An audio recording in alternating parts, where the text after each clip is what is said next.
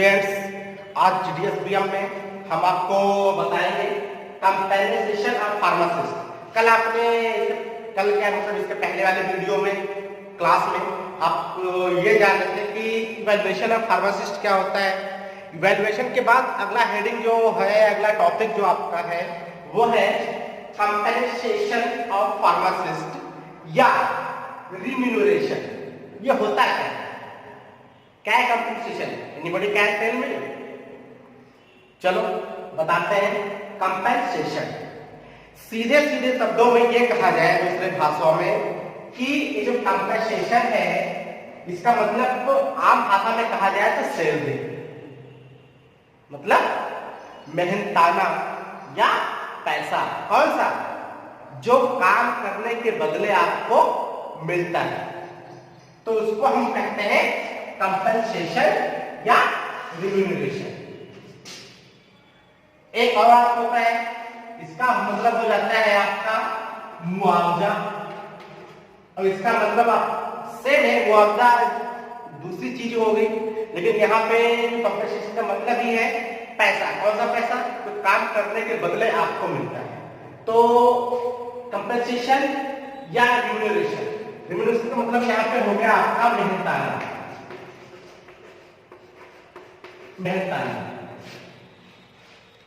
तो ये रिम्यूनरेशन या कंपेंसेशन क्या है?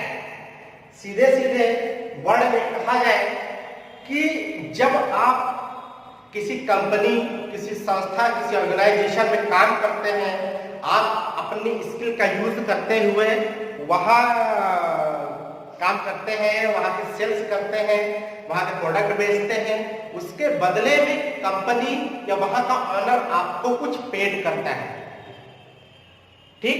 तो जो आपको काम करने के बदले कुछ पेड करता है, चाहे वो नॉन मैटेरियल हो या मनी हो, कुछ भी हो, उसके बदले जो आपको मिलता है उसे बोलते हैं कंपेंसेशन या रिम्यूनरेशन। तो समझ में आया?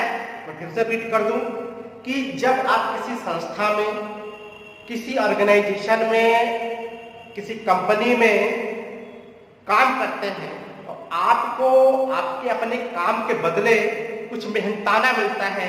वो मेहनताना किस रूप में है ये मायने नहीं रखता। यहाँ पे मायने ये रखता है कि आपको उसके बदले कुछ मिल रहा है। तो उसके बदले जो आपको मिलता है, काम करने के बदले आपको मिलता है, वो कहलाता है कंपेंसेशन या रिम्यूनरेशन। समझ में आया? अब देखते हैं कि रिम्यूनरेशन या कंपेंसेशन की आवश्यकता क्यों है, ये पहले देखेंगे। उसके बाद ये जानेंगे कि कंपेंसेशन या रिम्यूनरेशन के कौन कौन से तरीके हैं, यानी कौन कौन से मेथड हैं। तो अभी देखेंगे हम कि रिम्यूनरेशन की आवश्यकता हमें क्यों पड़ती है। तो आइए देखते हैं रिम्यूनरेशन की आवश्यकता हमें क्यों पड़ती है। तो जो हमारी सैलरी होती है या रिम्यूनरेशन होता है, उसको एक अच्छे स्कीम के तहत होना चाहिए। मतलब ना तो ज़्यादा लो होना चाहिए और ना बहुत हाई होना चाहिए, अकॉर्डिंग टू सिचुएशन होनी चाहिए। तो इसके लिए कंपनियां क्या करती हैं, कुछ बेस बनाती हैं, और या बेस नहीं बनाती तो कुछ कमेटी बना देती है। कमेटी का काम होता है बेसिक कंपेंसेशन का निर्धारण करना। तो यहाँ पे आप देख रहे हैं essential of remuneration of scheme, यानी जो गुड स्कीम कंपेंसेशन के लिए क्या क्या हो सकती है, किस लिए होती है, इसकी क्यों आवश्यकता होती है, 2-3 पॉइंट यहाँ पे है, आपको हम फाइंड आउट करते हैं। सबसे पहला है क्वालिटी एंड क्वांटिटी। मतलब जब आप सैलरी देंगे किसी को, तो सैलरी ऐसी होनी चाहिए जिसपे आपका एम्प्लॉय जो है वो कम से कम अपनी क्वालिटी और क्वांटिटी दोनों मेंटेन कर सके। तो है सेल्फ एफर्ट। सेल्फ एफर्ट्स मतलब जो एफर्ट्स है सेल्स के प्रति वो कम से कम सही हो सके, और जब वो सही होगा तभी आपका मुनाफा होगा। इसके लिए उसकी सैलरी कम से कम सही होनी चाहिए। तीसरा है वैल्यू ऑफ सेल्स। यदि किसी की सैलरी एकदम सही दे रहे हैं आप, तो आप उसका प्रभाव आपके सेविंग पे आता है।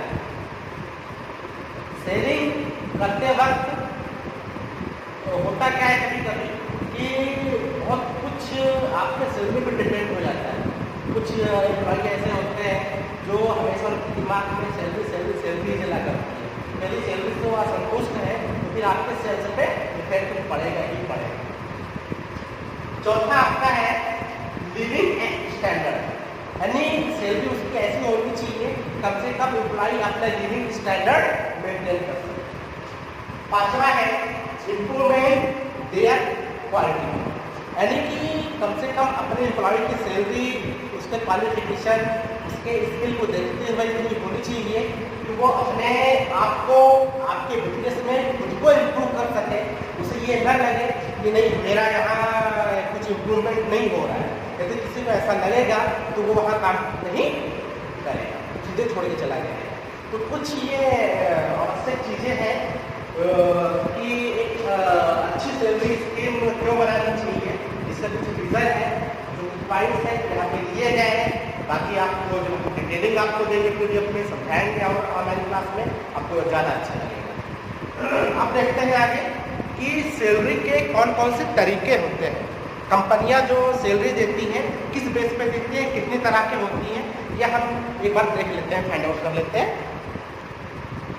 तो मेथड में देखते हैं क्या क्या है।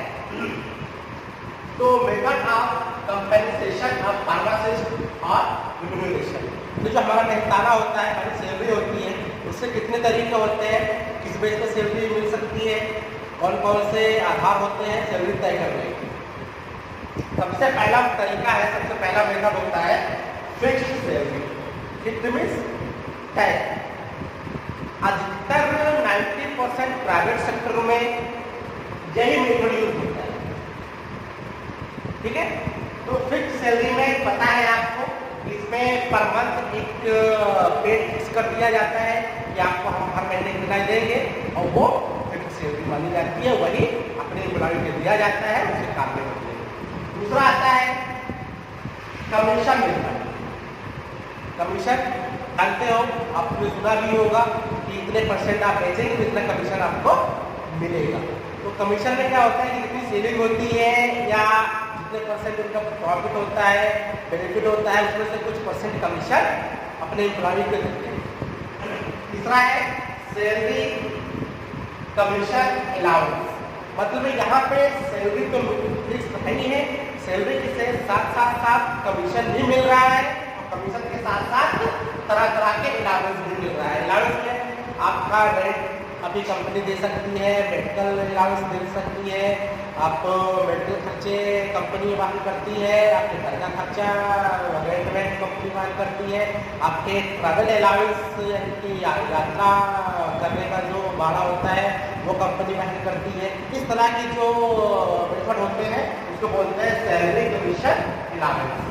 चौथा है profit sharing method. Profit sharing method क्या होता है कि कंपनी में जो लाभ है उसमें आपको शेयर, अगर लाभ है हुआ तो आपको सैलरी मिली, पैसा मिला, नहीं हुआ तो भी नहीं मिला, यानी जो कंपनी का प्रॉफिट आएगा उसमें आपका हिस्सा लगेगा।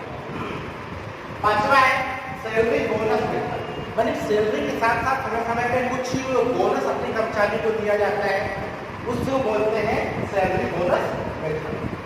छठा है प्रमोशन टू सर्विस, यानी कि सर्विस के दौरान समय समय पर आपका प्रमोशन ऊंचे पदों पे कर दिया जाता है कंपनी द्वारा, ये कहलाता है प्रमोशन। तो ये सारे कुछ तरीके थे अपने कंपनसेशन, या सीधे सीधे शब्दों में कहो सैलरी के कितने रूप होते हैं, कितने तरीके होते हैं देने के, ये आप ठीक। ये आपका टॉपिक खत्म हुआ। ये आपका सिलेबस में केवल एक चैप्टर और बचा है, फिर सिलेबस आपका पूरा पार्ट 1 फिनिश है। तो वीडियो में अगर आपको समझ में ना आया तो आप हमसे फ़ोन करके बेहिचक पूछ सकते हैं, कोई भी चीज़ हो मैं पूरी कोशिश करूँगा उसे क्लियर करने की।